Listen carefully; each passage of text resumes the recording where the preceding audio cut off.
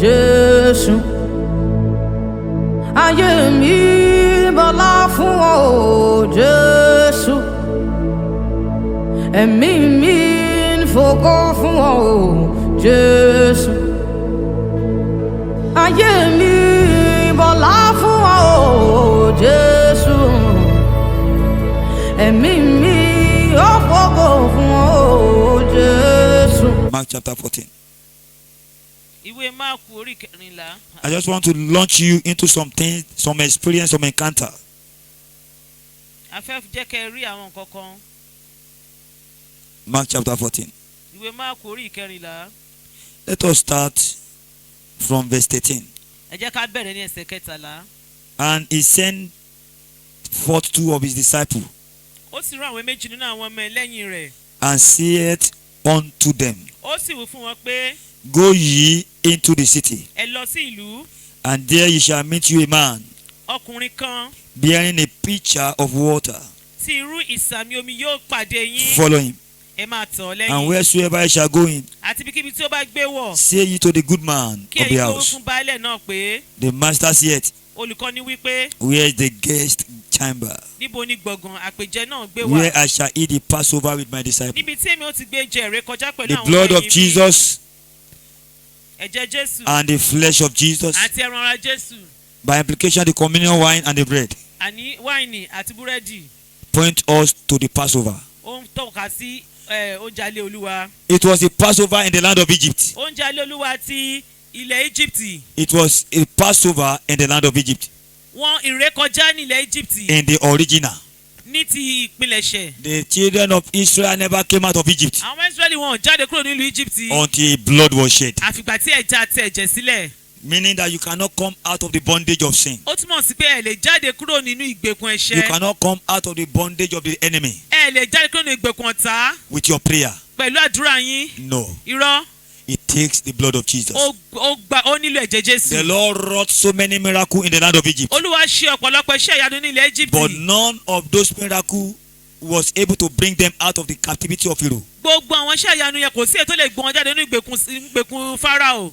Opening of the eyes of the blind Ojú afọ́jú là cannot bring you out of the bondage of kò lè sin. gbé jáde kúrò nínú ìgbèkùn.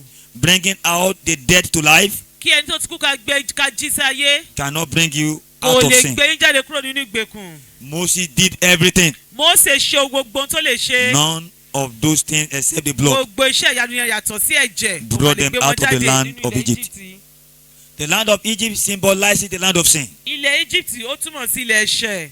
So Jesus Christ is telling his Jésù disciples ó ń sọ fún àwọn ọmọlẹ́yìn rẹ̀ that they should go, pé kí wọ́n lọ that they may eat the Passover with his kí wọ́n lè disciples. jẹ oúnjẹ alẹ́ Olúwa pẹ̀lú àwọn ọmọlẹ́yìn rẹ̀. Where I shall eat the Passover with my Ibi disciples. tí mo ti máa jẹ oúnjẹ alẹ́ Olúwa pẹ̀lú àwọn ọmọlẹ́yìn mi. The communion wine Wáìnì and the bread àti búrẹ́dì is oúnjẹ alẹ́ Olúwa pointing us ó ń tọ́ka sí to another level, ìpele mìíràn a Passover encounter. àní ìrékọjá. It's a covenant that God, I want to leave the land of sin. Ó ń túmọ̀ sí pé Olúwa mo fẹ́ fi ilẹ̀ ẹ̀ṣẹ̀ sílẹ̀. Leaving the land of sin is by covenant.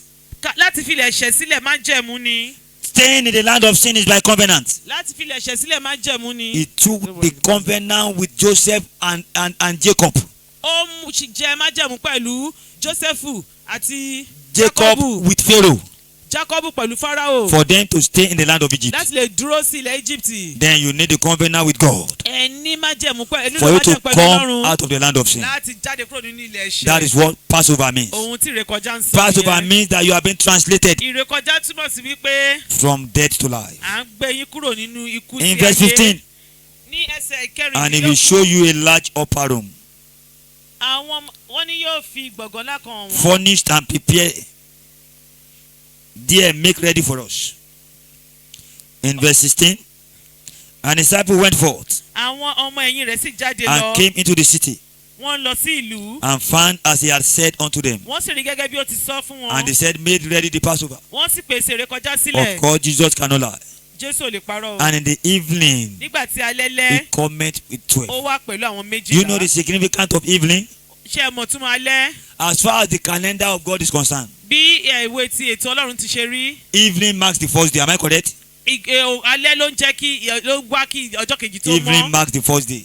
alẹ́ ni ọjọ́ ìka Go and read it kọ́kọ́. in the book of Genesis. Ẹ lọ kà ní ìwé Genesis. In the evening is the first day. Ẹjọ́ kìíní ní alẹ́ ni. It is because of modernization Torí ìwé òyìnbó tá a ti kà. that we see morning as Ó the là first ń rí day. ọjọ́ kìíní gẹ́gẹ́ bí ìgbà tílẹ̀ bá mọ́. That is why sometimes whenever I'm telling you evening fast, Tá a bá ń sọ fún wa pé a gbàwẹ̀ ìrọ̀lẹ́. then we say what is evening fast? Now morning Òye fast. àwọn ẹlòmíràn tààrọ̀ lọ yé wọn. It is evening that is the first day.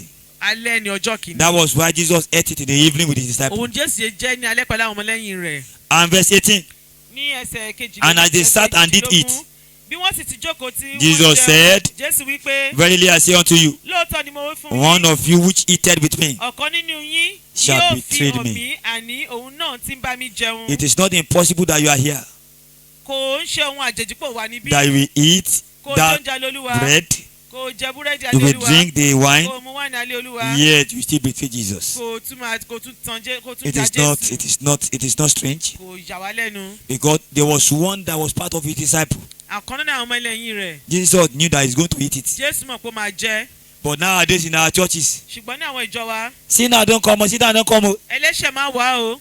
There are some things that we are doing that Jesus himself will not do. Jésù gá kan máa wò wá ràn ni. Well, Judas Iscariot not a sinner. Ṣé Judas Iscariot ṣẹ̀ṣẹ̀ He was ṣọ̀kọ a ni? sinner. God allowed him to eat Ẹlẹ́ṣẹ̀ it to ló his yẹ own kó partition. jẹ́, ó jẹ́ sí ìparun ti ara rẹ̀ ni. It is you see sometimes when pastors stand before the pulpit. Tí olùṣàgùtàn bá dúró ní And olúwa one you pẹpẹ. don't eat o. Mò ń sọ fún yín, And ẹlẹ́ṣẹ̀ one máa you jẹ́ don't o, eat o. ẹlẹ́ṣẹ̀ máa jẹ́ o.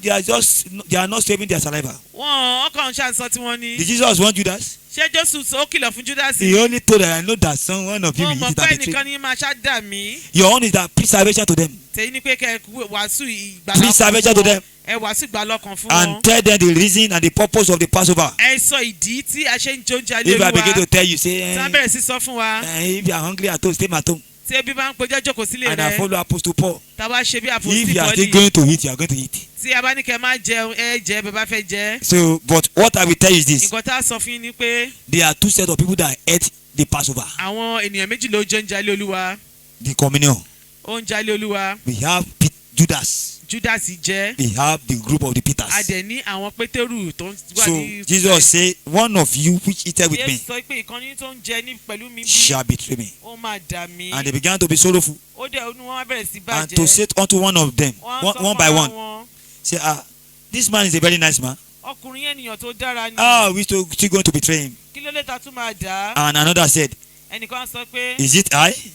ṣé mi ni? And he answered and said unto them, Jésù wá sọ fún wọn pé it is one of the 12 that dippeth with me in the dish. ọ̀kan náà méjìlá ni tí ó ń tọwọ́ bọ inú àwo pẹ̀lú mi. The son of man indeed goeth as it is written of him. Nítòótọ́ mẹ́niyàn lọ bí a ti kọ́ But woe to that man by whom the son of man is ṣùgbọ́n betrayed. ìgbéni fún ọmọkùnrin náà lọ́dọ̀ ẹni tí a gbé Good were fífi it for that ọmọ man ènìyàn he had never been born. ìbá sàn fún ọkùnrin náà bí ó ṣe pé And as a did kò eat. bí. And as they did eat, Bí wọ́n sì ti ń jẹun, Jesus took bread Jésù mú àkàrà, and blessed ó sì and break it súre, ó sì bù and ú, gave it to them ó sì fi fún wọn. and said, Ó wí pé take it, gbà this is my body. jẹ́ èyí yìí ni ara mi. And he took the cup, Ó sì gbé ago. and when he had given thanks, Nígbà tí ó sì súre tán, he gave it to them, ó wí fún wọn. and they all drank of Gbogbo wọn sì it. mu nínú rẹ̀. My beloved, Olùfẹ́ mi, Judas drank the blood of Jesus, Júdásì ó mu ẹ̀jẹ̀ Jésù, and he perished. ó dẹ̀ ṣègbé. Judas drank the blood of Jesus, Júdásì ó mu ẹ̀jẹ̀ Jésù, ó dẹ̀ and he ṣègbé. perished. Ó dẹ̀ ṣègbé. What is the significant meaning? Kí ni ìtumọ̀ eléyìí? It means that so many people will confess Jesus Christ as their Lord and personal Ó Savior. túmọ̀ sí pé ọ̀pọ̀lọpọ̀ ni ó sọ pé Jésù ní Ọlọ́run àti Olúwa wọn. Please me by your what?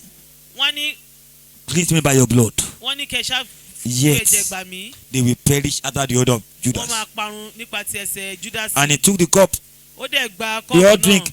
Ó mu. and Jesus said unto them, Jésù sì wí this fún is wọn. the blood of the new covenant. Èyí ni ẹ̀jẹ̀ mi tí This is my májẹ̀mú blood of the tuntun. New Testament, Èyí ni ẹ̀jẹ̀ mi tí májẹ̀mú which tuntun is shed for many. tí a ta sílẹ̀ fún ọ̀pọ̀ ènìyàn. What an irony Ó ga o.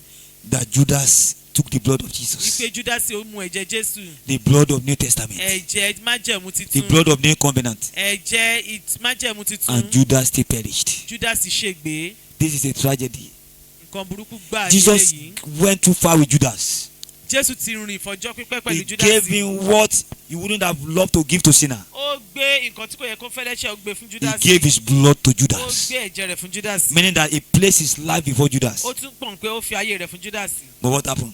Kí wá ni Júdásì ṣe He sí? ate and drank to his partition. ó jẹ ó mu sí ìparun ti And ara Jesus rẹ̀. said, verily I say unto you, Jésù wá sọ pé lóòótọ́ ni mo wí I fún will drink yín. no more of the fruit of the Èmi kì wine yóò mu nínú èso àjàrà until that day mọ́ that I drink it in new in the kingdom of títí yóò God. fi di ọjọ́ náà nígbà tí èmi ó mu ní titun ní ìjọba Ọlọ́run. We are going to drink another one. A máa mu